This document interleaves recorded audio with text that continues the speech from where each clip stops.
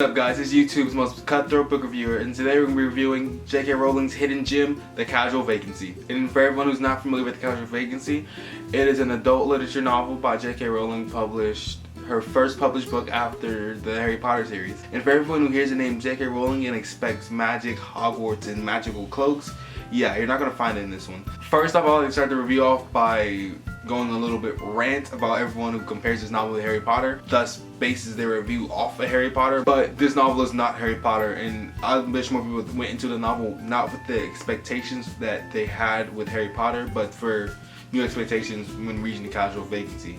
It was almost as if they compared it to Harry Potter, and that's why it got so bad reviews. The plot line is a little bit hard and complex and hard to follow, but it all sums back down to a city councilman in Pagford, an English city, has died, and now the political vacuum needs to be replaced. The plotline kicks off after Barry Fairbrother dies, and we jump from town member to town member as they hear the news. Now, after things kind of kick off after Barry Fairbrother dies, the plot really does slow down and gets really dull. When it comes to this novel, J.K. Rowling really does dig deep into the political climate of England and small cities. On one scale we have the liberals, and on the other side we have the conservatives, and in this novel they're pitted against each other as the liberals are trying to preserve this rehabilitation center and the conservatives are trying to destroy it. And even though this novel is 500 pages long, that plot kind of gets thrown background. J.K. Rowling really did not do a good job character-wise. J.K. Rowling really did use the same amount of characters that you will find in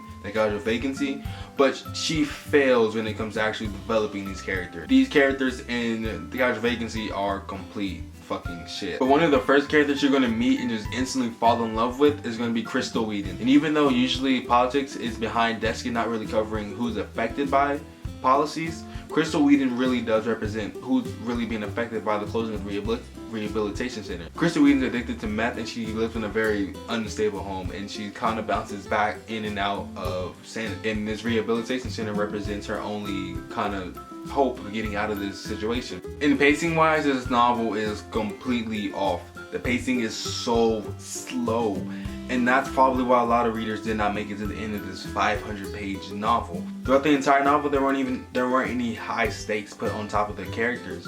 And being so many characters in the novel, it was kind of hard to connect with the character. The only character I really felt attached to would have to be Crystal Whedon. The adults in the novel really suck fucking ass. They're really boring and dull.